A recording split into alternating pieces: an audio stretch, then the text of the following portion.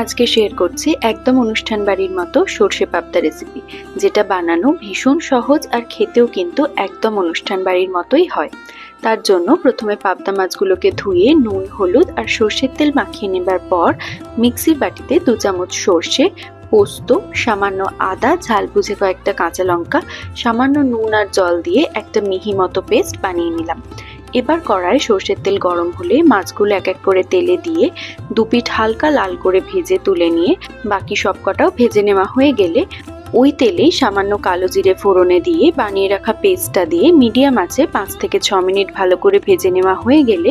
দিলাম টমেটো কুচি,